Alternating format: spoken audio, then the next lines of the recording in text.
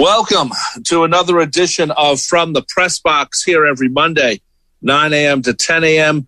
It becomes a podcast later on Spotify and iHeartRadio and a bunch of other places you find your podcasts. I am Rob Leonard. Joining me, of course, is my brother and award-winning sports writer, Tim Leonard. Brother, how are you? I'm outstanding, brother. How about yourself? It's fine morning. I'm doing fine on this Monday, April 12th, 2021. Let's start off with our New York Islanders. They made two trades this past week. The trade deadline is today at 3 o'clock. First, they got Kyle Palmieri. Is that how you say his name, brother? Yes, Palmieri, brother. Palmieri. And Travis Zajac. Zajac is correct. From the Devils for two minor leaguers and the number one draft pick for 2021. Well, their first round draft pick, brother, not the number one. I'm not. I'm sorry. The Islanders first draft pick for 2021, and then last night the Islanders also got Braden Coburn from the Ottawa Senators for a 7th round draft pick in the 2022 pick or draft, I should say. So they're sort of giving up on Braden, I guess, Ottawa, but he's not a bad. He's a veteran, brother. He's a good veteran for the locker room. And I really think these three people are going to add a lot to the Islanders. As I said last week, the week before, I really think they're going to do really well in the Stanley Cup playoffs, maybe even making the finals, which would be a very cool thing. So what do you think of these guys being now Islanders? Lou Lamoriello, should we call him Trader Lou now, brother? Or no, let's not get crazy, brother. Okay, well, he's not a good guy to give nicknames anyway, too. He's still Lou Lamoriello. But I tell you what, for what the Islanders needed and what they had to give up, and there still could be a move today. I'm pretty sure that Lou is done, and he's not going to have to sweat the trade deadline unless somebody comes calling. And has something that's too good to resist. But, the guys that he got from the Devils, Palmieri and Zajac, Palmieri can still score goals. Zajac is a bit more of a let's call him a seasoned veteran. He's a guy who was drafted in 2003. So that gives you a clue about just as far as how old he is. Right. He's in his mid to late 30s at this point. So, he brings a veteran presence. He brings a guy who has been through the wars in the playoffs before. And that's the same thing that Coburn brings. Coburn, the Islanders got him from the Senators, but he was part of that Tampa Bay Lightning team last season that won the Stanley Cup. So, right. That's a good guy to have in the room, even if he doesn't play a lot. And I don't think he's going to play a lot because I think the Islanders' defensive pairings are pretty much set. But I think what he will bring is a veteran who's ready to step in if an injury happens, if somebody needs a rest. I think over these next few weeks towards the end of the season, I think Coburn probably will see a decent amount of ice time because I think what the Islanders might try to do is sit a defenseman, give a guy a night off just so you can rest up because the games have been fast and furious. This schedule has been rather truncated, as the word is. A lot of games, not a lot of days. It seems like almost every other day they're playing a game. Well, didn't the NHL extend the season now that Vancouver has all the COVID that they had? Didn't they extend the season by a week? I thought they did. I thought I read that somewhere, brother, that the season get extended because of. They probably will have to do that just because so many guys on the Canucks have COVID. I mean, they haven't been able to play for a week, and they're not going to be able to play for probably another week. Right. So, that's what we're looking at. And that being said, the trade deadline is still today. So, you only have so much you can do as far as the trade deadline goes. But even if the NHL is forced to do that, and it certainly is a possibility, the Islanders are going to need to be able to give guys a break. And it's not like you're going to take your top guy out. I don't know if Nick Leddy is necessarily going to get that kind of a break because he's obviously a necessary cog. And if he goes out, then now you're looking at possibility of giving up points because you don't have your power play guy there. But this is something that could help the Islanders just in terms of, preparing for the playoffs. Not just winning games and accumulating points and trying to get the best spot in the standings they can, but also just as far as getting guys physically ready, mentally ready, and just alleviating some of the fatigue that hits you during the season, especially down the stretch of a season when every game seems to mean a little bit more. So good moves. And the same kind of goes for Zajac. He's a guy who's been around a while. He's not going to give you 20 goals or anything like that. And Palmieri is a guy who has scored. You can usually count on him for about 25 goals a season. But the negative or the drawback for the Islanders for this trade is both of those guys become free agents after the season. So this is obviously it's a rental situation. It's a short-term situation. I highly doubt the Islanders will go after either one of those guys in free agency, although obviously Palmieri would be an attractive guy for them because he's a Long Island native. He's got a house out in Smithtown. So talk about a guy who's tailor-made for the Islanders. This is a guy who I would expect would want to be here if it's possible because he's already got a living situation here. Right, so, and also Lou Lamoriello. These guys are both former Devils now. Lou knows him, so. Yeah, I'm not sure how much that would fit into the equation. I don't think Palmieri is going to give anybody a discount because he knows Lou. But again, the living situation, it's better for Palmieri to live in Long Island and play for the Islanders than it would be to say go to Vancouver and maybe get like another $500,000 or something. If I'm Palmieri, he's probably going to get at least $6 million on the open market just because he can score goals. If he can get that from the Islanders instead of Vancouver, obviously it's a better situation for him. He doesn't have to move all the way across the country and to another country. Yeah, well, that's a good point. So anyway, it's nice they made this deal. It makes me think that they're serious about this playoff run that's about to happen. The Islanders are currently in first place, tied with the Washington Capitals. The Islanders are 27-11-4. For 58 points. The really only bad thing, if you look at this, the teams they've played, is that the Islanders are 1-5 against the Penguins. Yeah, the Islanders haven't played very well against the Penguins at all this year. I did a little deep dive into the Islanders' schedule the other day. Yeah, because I was a little bored watching the Masters. And I discovered that at that point, this was before they played the Rangers on, Friday when they lost 4-1. But at that point, half of their 10 losses were to the Pittsburgh Penguins. And I was horrified because much as I'm horrified by your camera work here, brother, on the Zoom. Don't worry, brother. No one's seeing the camera work. We're on Zoom. I'm just adjusting my camera so you can see my beautiful face, brother. So the problem that I had, and I didn't even realize it at the time, is that the Islanders were 1-5 against the Pittsburgh Penguins. And at that point, they had 10 losses all season. So the Penguins are not a team the Islanders want to run into in the playoffs. And the best way to try to avoid them would be to finish in first place. Yeah. Because this way, if assuming all of the seeds happen, well, then you don't run into the Penguins until the final or the Eastern Conference final. And if that does happen, then you're playing home games. You have it's 4 out of 7, but you're playing 4 of those games in Nassau Coliseum. Right.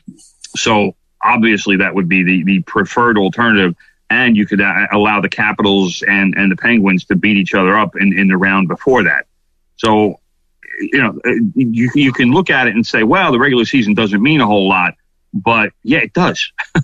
This year, especially, it does for the Islanders. Right. I don't think they want to run into the Penguins in the playoffs. That's a team that right now clearly has the Islanders' number, and they've also played well against the Capitals. I'm not going to say it's only the Islanders, but it's a situation where that could be a team that has a lot to say as far as how the Eastern Conference, how the Eastern Conference qualifier for the finals plays out. So that's good point, bro. It's a third team to worry about. It's not just the Capitals that the Islanders have to worry about. Right, and of course, this past weekend, the Islanders lost to the Rangers on Friday 4-1, but beat them in overtime on Sunday 3-2. It's always nice to beat up on the Rangers, but they lost the 4-1 game. That's not really a good game, but 3-2 in overtime, we'll take. Even though I don't like the overtime, I still don't like the way the overtime is treated in the NHL, that you get a point even if you lose the game because you tied the game. That makes no sense. But to me that's a better rule, because if you're going to go to overtime, then give the one team, give them something, because that's the way it used to be. If you tied in the NHL 20 years ago, you got a point. So nowadays, you tie in regulation, you go to overtime, fine. Now at least you get a winner. It's more like a bonus point, brother, as opposed to penalizing somebody. I don't know. I'd rather penalize them. Why? I don't understand that. It makes no sense to lose a game and still get a point. But you're not necessarily losing the game. The result is a 60-minute result. Then it's a 5-minute. It's 5 minute plus the shootout to see who's getting a bonus point. So it's not really a result per se, but obviously it is, because they count it as a win. I've told you my thing. I think they should do overtime at the beginning of the game, so at the end of the game you really have to play hard, and because we won the overtime. That makes no sense at all. Yes, it does. The Washington Capitals beat the Bruins. Was last night 8-1. Why would they want to play overtime before the game started?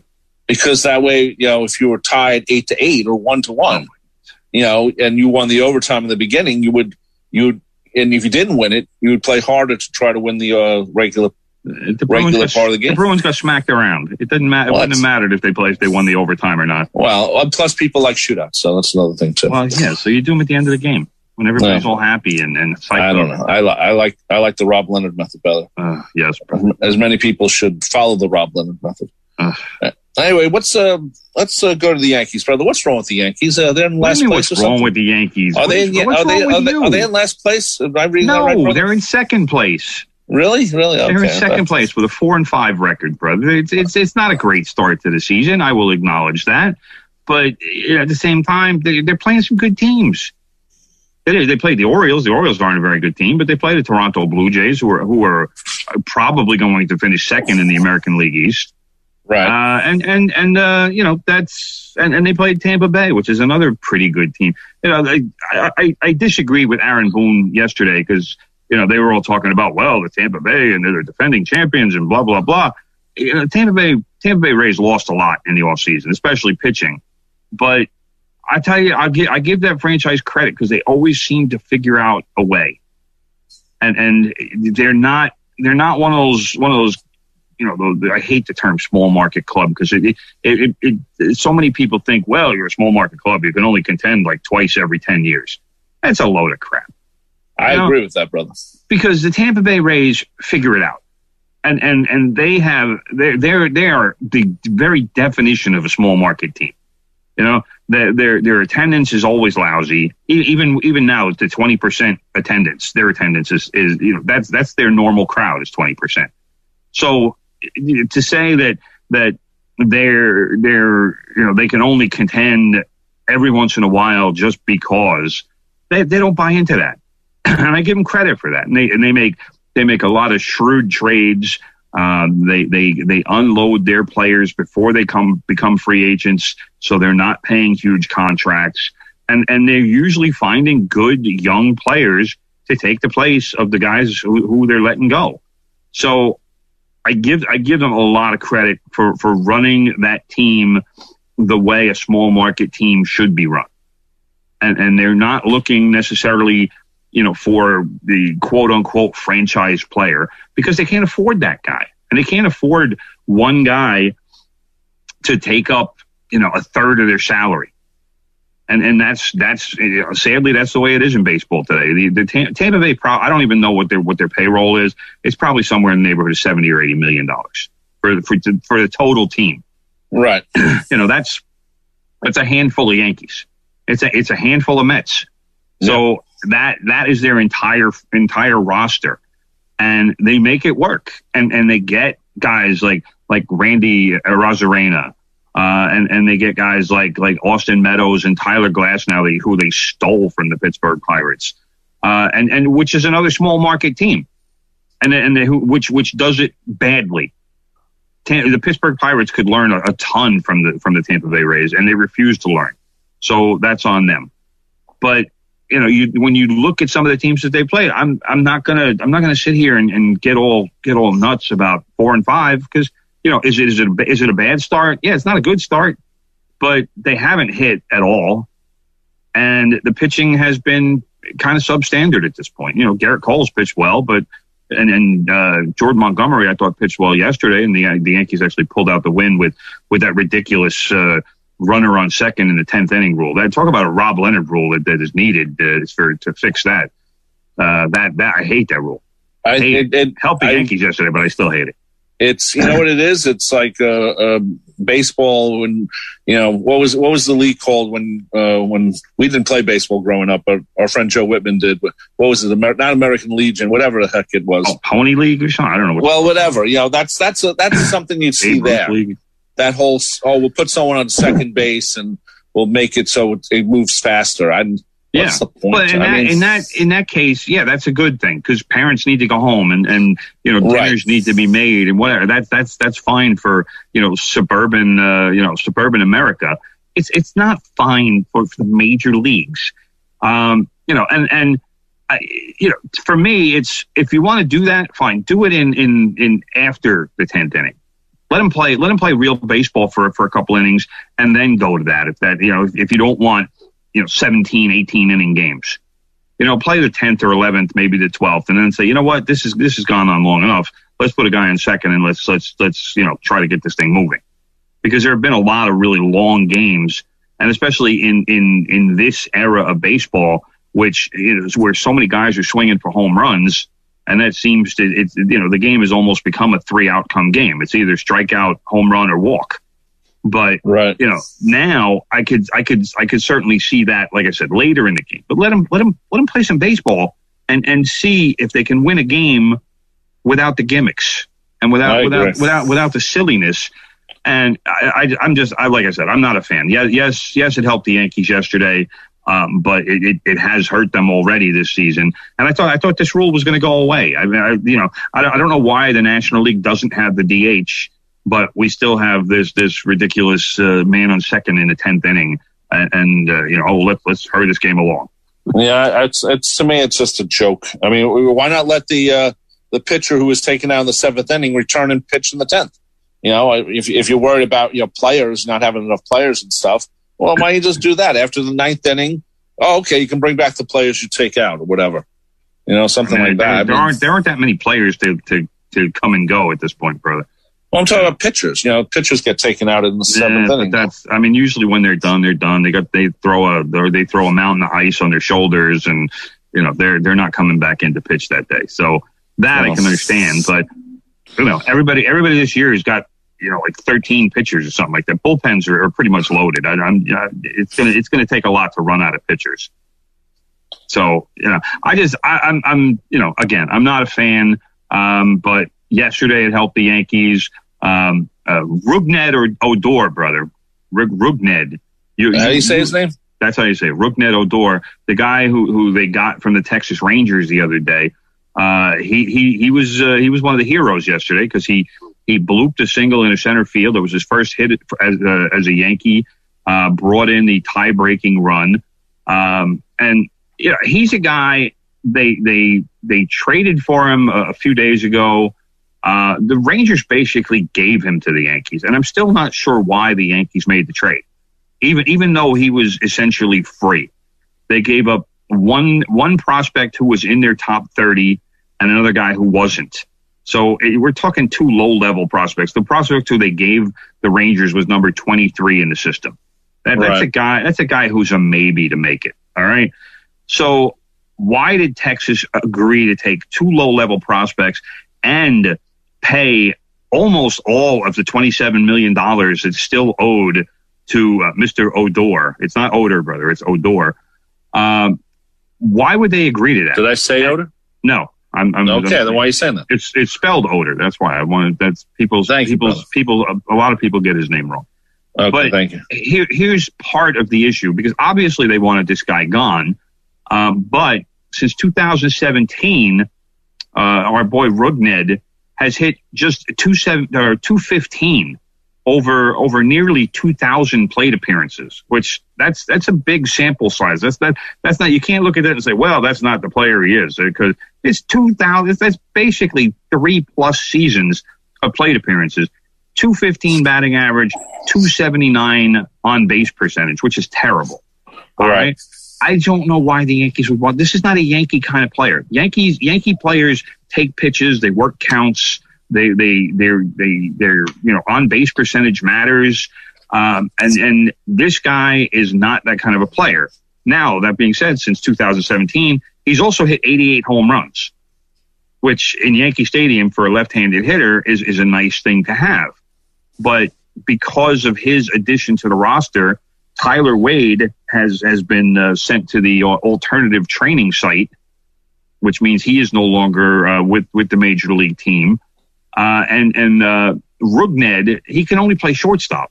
Well, so I think that's an issue, because Wade can back up at every position. Go ahead. I think when you offer the Yankees the fact that, hey, we'll pay for the salary, they get all excited, because how many salaries have they had to pay as part of trades or whatever over the years? I think, this is like when they got A-Rod, and the Texas Rangers gave the Yankees money to pay for his contract.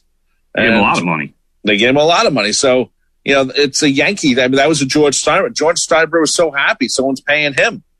So, and now this is the same thing. But, obviously George is not around. The ghost of George is probably still around, but not George himself. Well, so, I mean, part of that deal as well, I don't want to take too much time on that, but part of the reason for that deal as well was because the Yankees wound up paying A-Rod something like $16 million a year. I mean, that's how much the Rangers took from that. It was like 16 or 17 as opposed to 25. So if you're getting A-Rod and you can pay him a discounted rate to get a player of that quality, then you do it, because that's good. That's good business.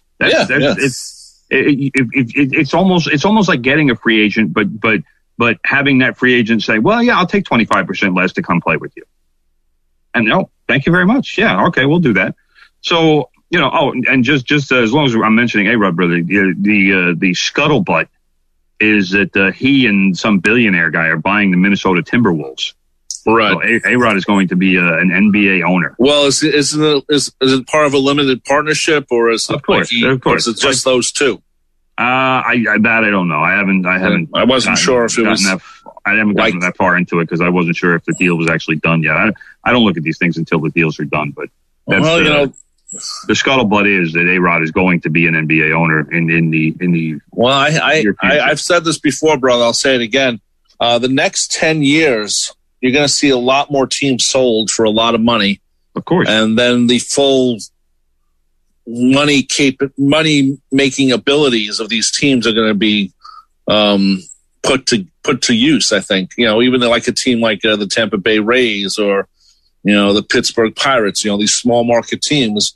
Well, if you get a guy or a company that comes in and buys it all up, it's going to be a different type of situation.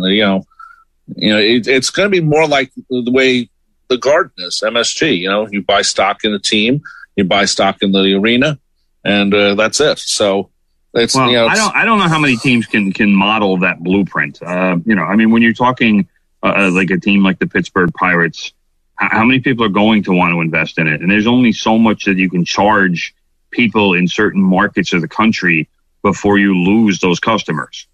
Sure. I mean, you can't charge. Let's face it, MSG gouges people. There's no two ways about it. And, that's true. It's just how it is. But you can't do that to people. You can't do that in Oklahoma City. Those people just don't have the money. They're making middle America money and paying middle America prices. And if you start throwing New York, LA prices at them, it's not going to happen. I mean, I know that from being in Albany for how many years, when everybody up there was complaining about, well, we should have an NBA team or we should have an NHL team. And then the NBA would have an exhibition game at the Knickerbocker Arena, which is the arena in downtown Albany. And people would go nuts about how much the ticket prices were. And I would say to them, what do you think NBA games are going to cost? Like you're sitting here going crazy because a ticket is $40. And yeah, that's what the NBA costs. That's what you're going to have to pay every night, as opposed to just once when an exhibition game comes in, so you can see Patrick Ewing and Greg Popovich and seeing the Knicks playing the Spurs. That's what it costs on a daily basis. Right. That's if you're going to do that, the people in Pittsburgh or Oklahoma or wherever, that it's going to be an issue. So yeah, no, I agree, and I've also said, maybe at one point, a 32-team league is too much. And for the NFL, it's okay. But, if Pittsburgh is considered a minor league, a small market team in Kansas City and Tampa Bay and Miami, are these small market teams? I wouldn't say Miami's not a small market. They're running it like a small market team. Right. Miami is in no way a small market. You can run it as a small market. That's the difference. You can run anything like a small market. People say Houston is a small market. Houston is like the 6th largest city in America. Right. And people sit there, oh, Houston, it's so, it's garbage. It's how the owners choose to run it. And if you own a team in that market, hell, the Mets have been run like a small market team for how many years in the Wilpon error. That you need somebody who not only comes in as an owner, but comes in as an owner who can represent that area.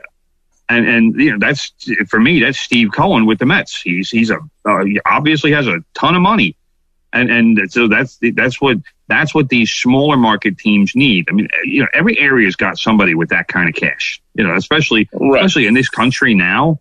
If Jeff Bezos decides to buy a major league franchise in any sport, then that team should become one of the favorites to win in the very near future. Right. I keep hoping that Jeff Bezos is going to buy Tottenham. Spend the money. I'm not sure.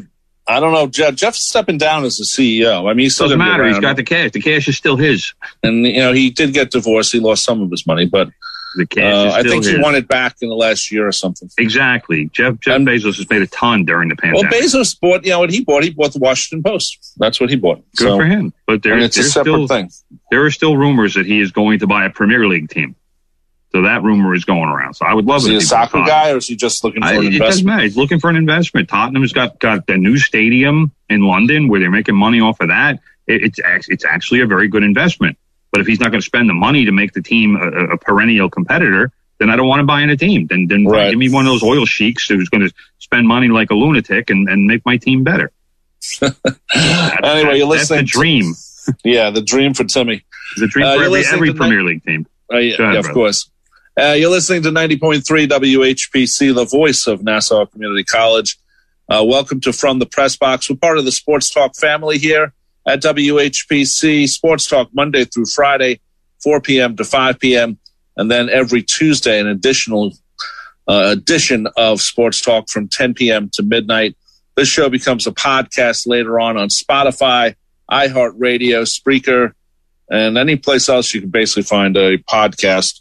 Let's talk about the Mets, brother. Wait, hang on, bro. Hang on. We're doing this the second week in a row where we barely touched on the Yankees. All right. What do you mean? There's nothing to talk about. They're 4-5. There's stuff to talk about. We only talked about Rougned Odor. Domingo Germán, brother, was smacked around by the Tampa Bay Rays. And yes, I use that phrase on purpose.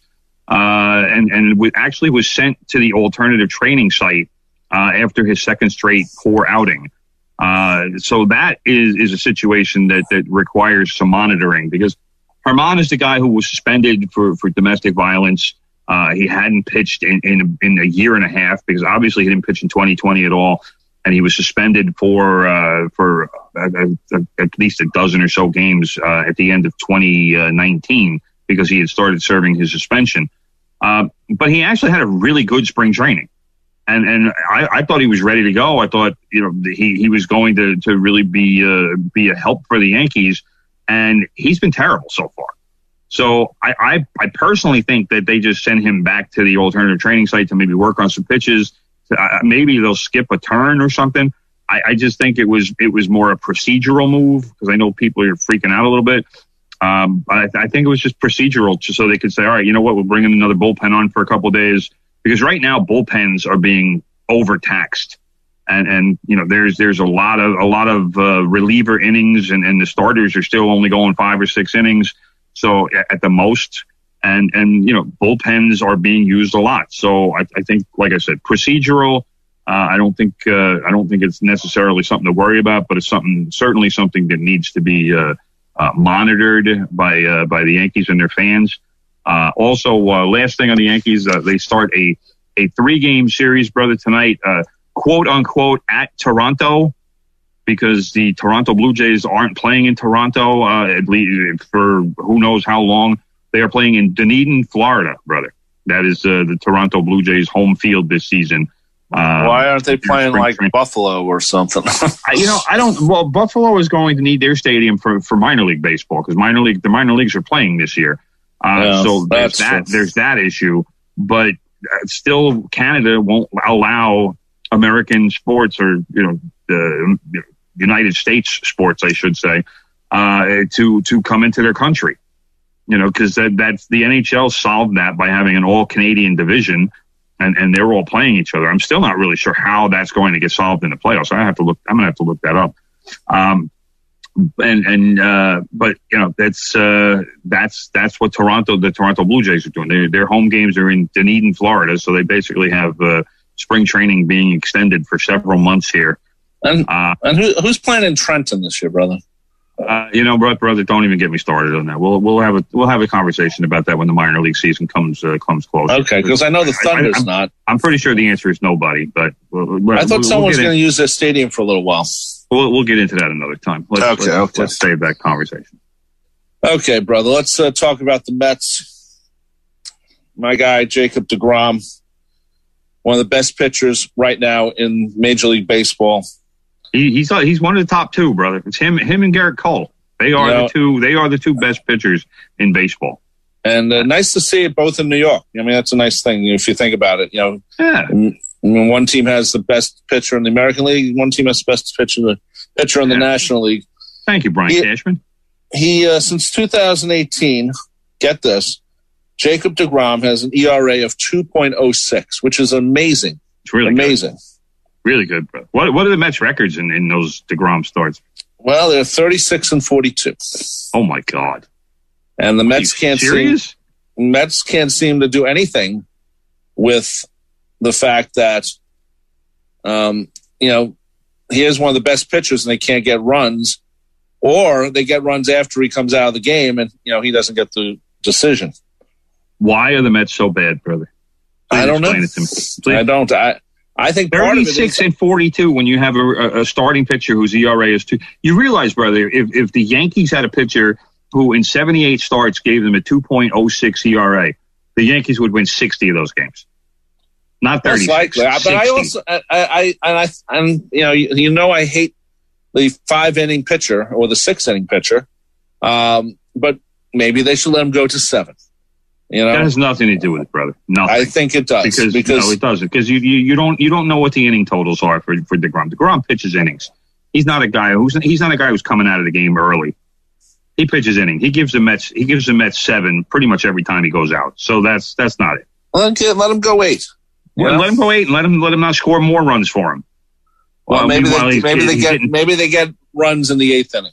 No. No. But it's not brother, the record. It's the record when he starts. So that's the Mets. That's the Mets being a bad team when Jacob deGrom starts. 36 and 40. It doesn't matter if deGrom would pitch 12 innings. The Mets record is 36 and 42 in games that Jacob deGrom starts. Yeah. Okay. So you have no defense here. There is no well if deGrom went more innings. It doesn't.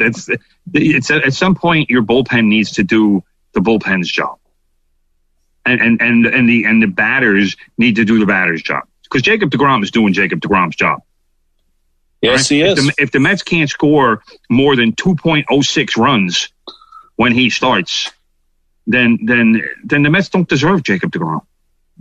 Plain and simple, they don't deserve it. I do worry about that, brother. I mean, Well, he's not going anywhere. So, I mean, they have him under contract for a few more years. So that's not an issue. And by the time, I think he's got at least 2, if not 3 years left on his contract. So Jacob deGrom's not going anywhere. But no, he's not. And even so, when his contract is over, he's going to be, in his mid-30s. I don't know how many teams are going to be lining up, to sign him to a big money deal in his mid-30s. But see, pitching 6 innings when in your mid-30s, I understand, but not when you're as young as he is. So, well, brother, here's stats for you. All right, here's numbers. Yeah, thank you. In an era where so many pitchers don't pitch 200 innings. Jacob deGrom in 2017, 201 innings. 2018, 217 innings. 2019, 204 innings. All right. Jacob deGrom's not cheating anybody. He's not sitting here, saying, begging out of a game after 5 or 6. Jacob deGrom is giving you innings. 32 starts, 217 innings. That's 7 starts an inning, or seven innings a start. So this is a guy who's giving you everything he's got. So the fact that the Mets, for whatever reason, can't score or don't score when he pitches, I mean, part of that is because Jacob deGrom usually faces another team's best starter. I understand that. But, the Mets are supposed to be one of the better teams in baseball. And they're, as a big market club, they are supposed to be able to attract, players who can get the job done. I don't understand this. I thought it was going to be a 1-season thing with deGrom, and it doesn't make any sense. It doesn't make any sense why the Mets can't score when they have the best pitcher on the mound. You would think that having the best pitcher in baseball on the mound for your team would make your hitters a little looser, a little more confident, a little more to have them recognize the fact that, hey, guys, all we need is 3. Let's just get 3 and we'll win this game because we got Jake deGrom on the mound. So I don't understand why it's still an issue. How many seasons? I mean, this has been going on for at least 3 years, if not more. Yes, it has. It's sort of sad. So I don't get it. I don't understand why the Mets have no issues scoring runs when other pitchers are on the mound and can't score with Jacob deGrom on it. I mean, it's ridiculous. Since 2018, and this was Cy Young in 2018 and 19, a 1.70 ERA in 2018, and his record was 10-9. That's disgusting. It is disgusting. All right. And in 2019, 2.43 ERA, and his record was 11-8. Again, disgusting. He should have won like 18 games at least each of those seasons. Yep. So I mean, the fact that he won the Cy Young says so much about his pitching. Well, it also says that wins and losses are an overrated statistic, which they are. I mean, is it Jacob deGrom's fault that his team doesn't score runs for him? No. You look at his numbers. And you look at how many guys he struck out, and how many innings he's pitched, and how many hits he gives up, and stuff like that. And that is what dictates a pitcher's effectiveness. And Jacob deGrom clearly is a very effective pitcher. So I don't understand it. Hopefully the Mets break out of it, and deGrom can maybe come close to winning 20 games one season, whether it's this season, next season, or whatever. But it really is. It's sad to the point now where every time deGrom goes, fans will watch the game, and it takes some of the enjoyment out of it, because if I'm watching deGrom, I know deGrom's going to pitch well. I know the other team is going to have problems scoring runs, but the Mets will have just as much trouble, and they're not facing Jacob deGrom. So it's baffling. It's mind-boggling. It doesn't make any sense, brother. And Michael Conforto, as I said in the beginning of the season, I thought that he has to. I mean, it's his last season with the contract, but this is a season he has to prove that he lives up to the hype that he originally came up through and to. I don't know. I'm not too impressed. Yeah, he got hit supposedly by that pitch. Well, he did get hit by it, brother, but he sure did help it along. Yeah, well, that was one of the ridiculous plays of this opening week or so of the Major League Baseball season was Michael Conforto kind of leaning his elbow out and taking one off the elbow guard. You know, it cracks me up now with these guys and all the ridiculous body armor that they wear. You know, what's to prevent them from sticking an elbow out there or you know, sticking whatever body part is covered by a chunk of plastic or metal or whatever. You know, fine. Hey, you know, throw it in front of a pitch and get hit. And all right, hey, the base is loaded. We just won a game. Thank you very much. Well, the thing about, you know, if all the equipment they're wearing now, if you're wearing all this equipment, the pitch shouldn't hurt.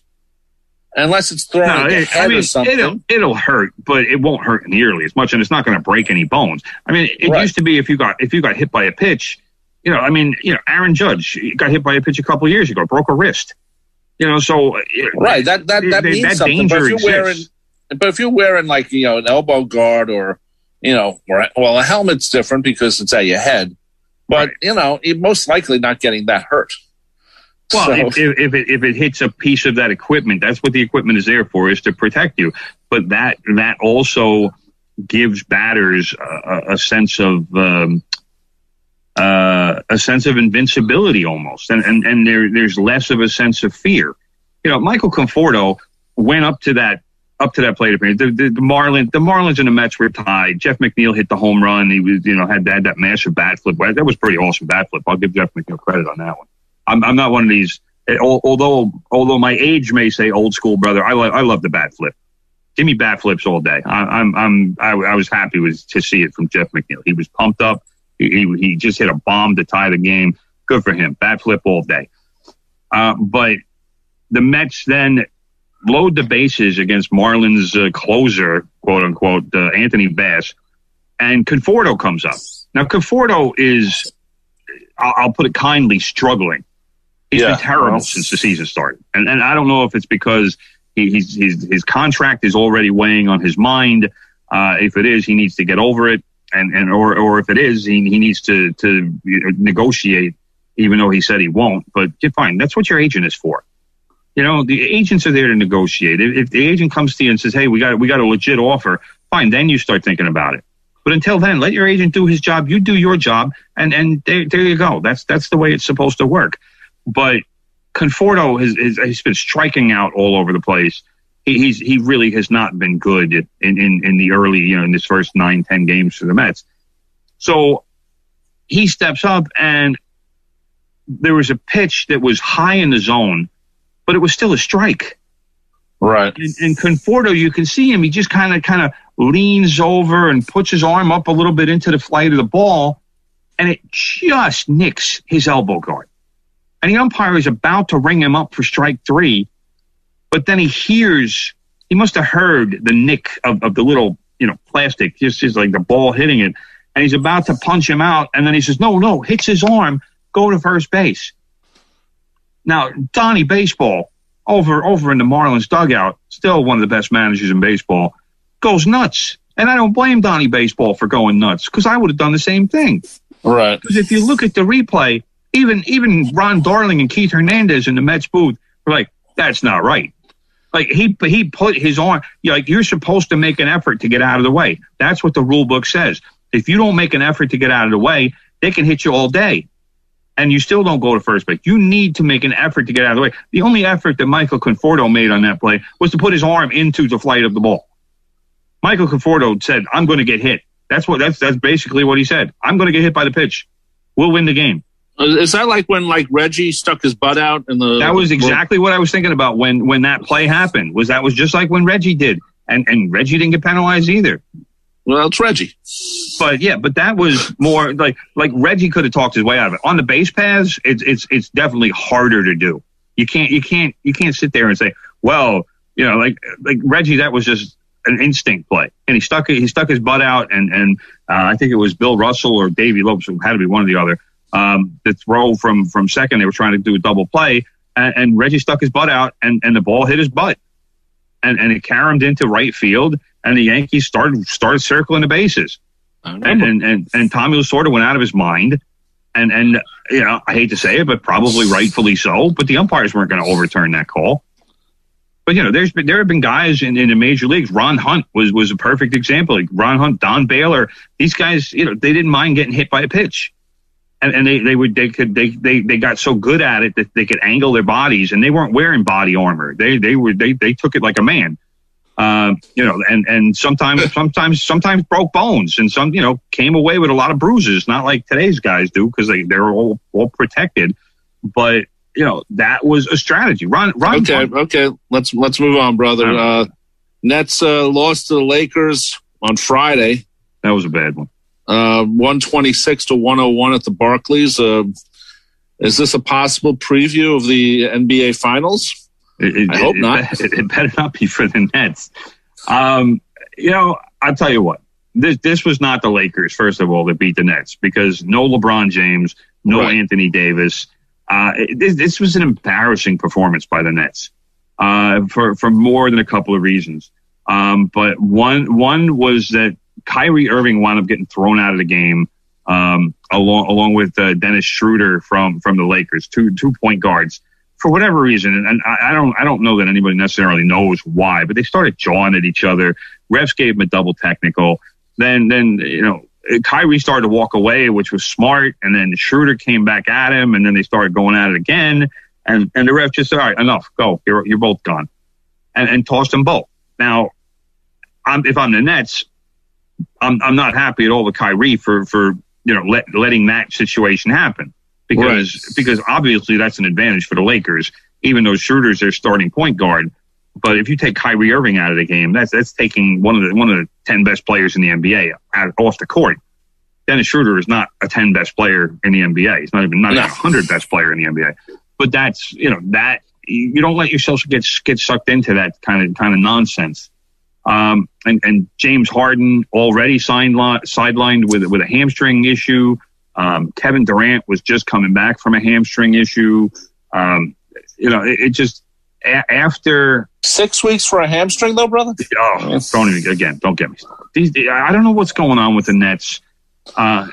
This is the one thing, maybe the only thing that bothers me about the Nets is that they're supposed to have this great team, and they're supposed to have this big three: Kyrie Irving and Kevin Durant and James Harden. Well, they all keep missing games. Right. Durant's out for 6 weeks with a hamstring. Now Harden has a hamstring. Kyrie Irving says he needs to miss the Nets next game because of personal reasons, whatever that means.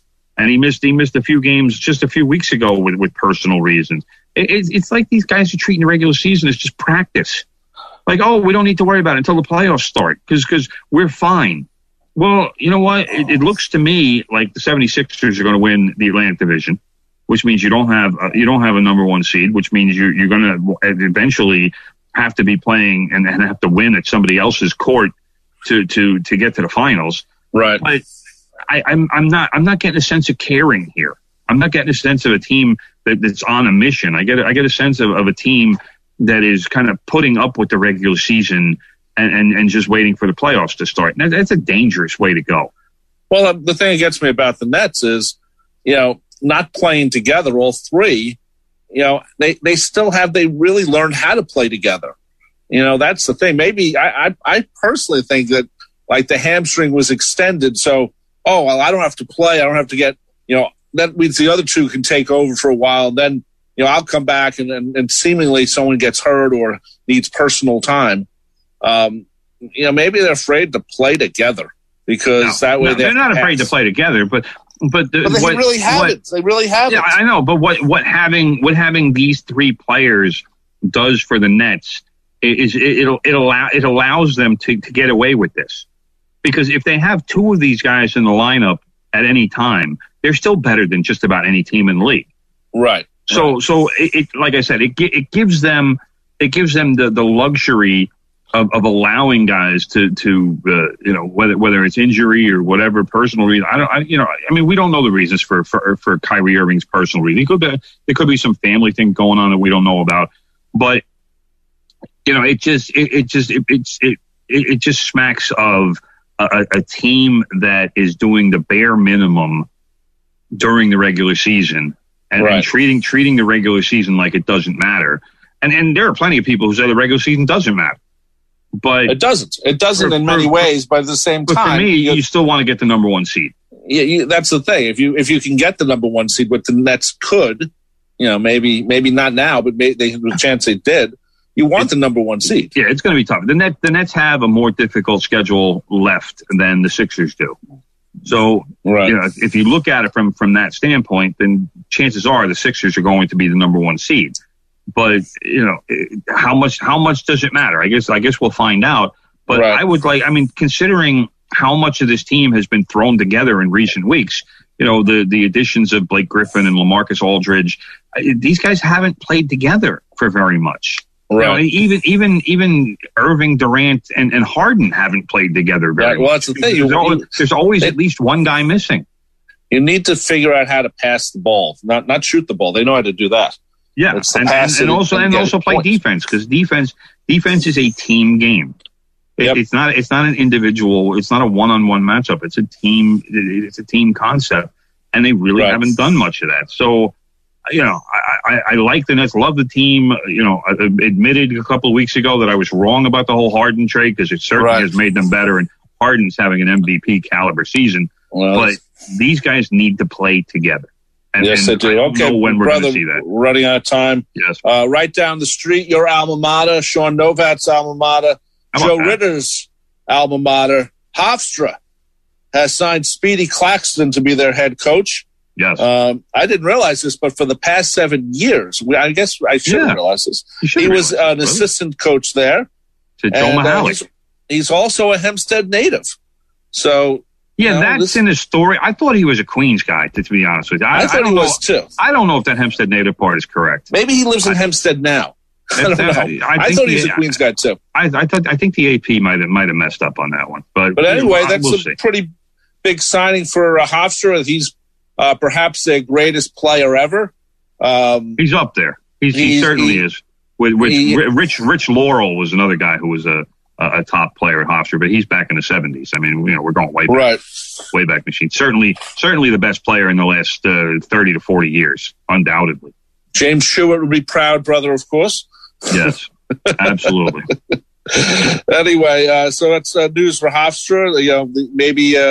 Maybe we get some college basketball to watch around here. I mean, they're in the Colonial, or what is it? The CAA. Yeah, but let's not forget, brother. Hofstra was going to the NCAA tournament last year, but they canceled it on us. Right, so, I remember that. Let's not forget that. Hofstra's had a pretty good team in the last few years. Former coach Joe Mahalik, who I mentioned before, missed this past season because he had to take a medical leave of absence, and has transitioned into more of an advisory role with the school like last month. Mahalik, he's 64 years old, brother. He has a 141-92 record in 7 seasons with Hofstra. That's 20 wins a year. I mean, that's a good program he put together.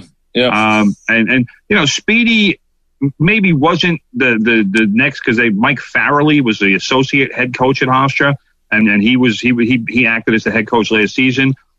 So he was, Speedy wasn't the number 2 man per se, right? But he's the guy. He is the guy at Hofstra. He's Hofstra basketball, and he played 7 years in the NBA. Was drafted by the 76ers in 2000. The thing that hit me the most when I read this story: Speedy Claxton is already 42 years old. That's on right. Well, the thing, what they should do for this to make a little interest in New York college basketball. Hofstra should play St. John's sometime during the season.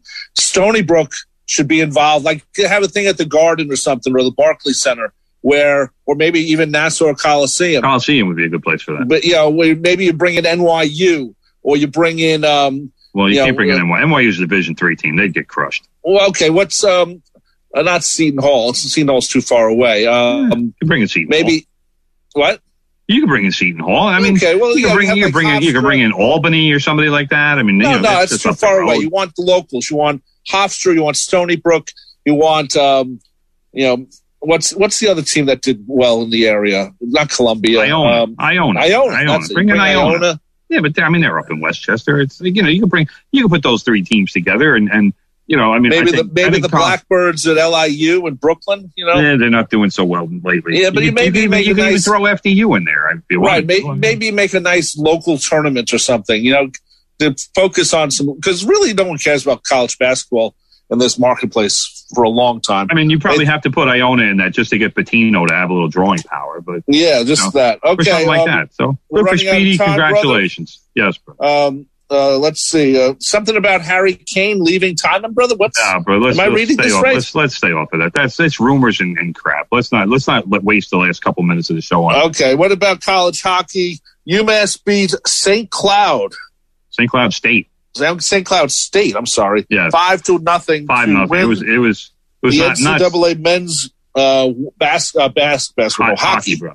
Yes. It was nice to see the game on. I think it was ESPN. ESPN. Yes. Yeah, it was nice to see that. Because it's called the Frozen Four. Because as Tim Leonard wrote many years ago in a great article, you can't call it the what, brother? Final Four. You can't call it the Final Four because the Final Four is trademarked for basketball. That's right. So which is just stupid. But I remember that article. It's a great article, brother. Yes. Anyway, it was nice to see the college hockey up there. I actually expect UMass to be a power, brother. And this is something Buddy Powers told me many years ago. UMass, the acceptance standards at UMass are so remarkably low that they can get anybody in. So anybody who can play, any cement head who can play, is getting into UMass.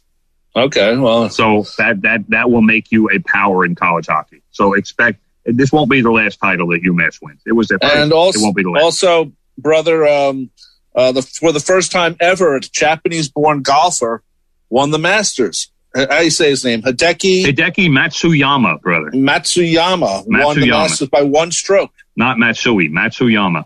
Yeah, yes, I mean, and he had a big lead coming down the stretch. It was like 6 shots, and he did everything he could to throw this tournament away.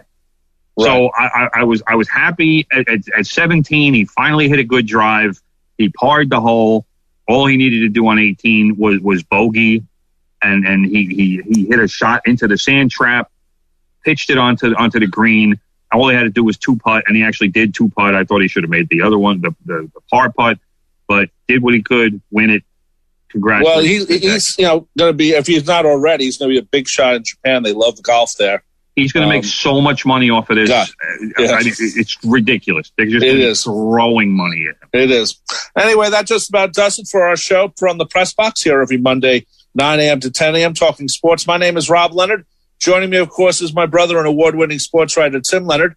Coming up next at 10 o'clock, The Good Gold Show with the good gold guy, Big Ed Newlands. Take care and see you next time. Thanks to Sean Novat for keeping this on the air. Bye-bye.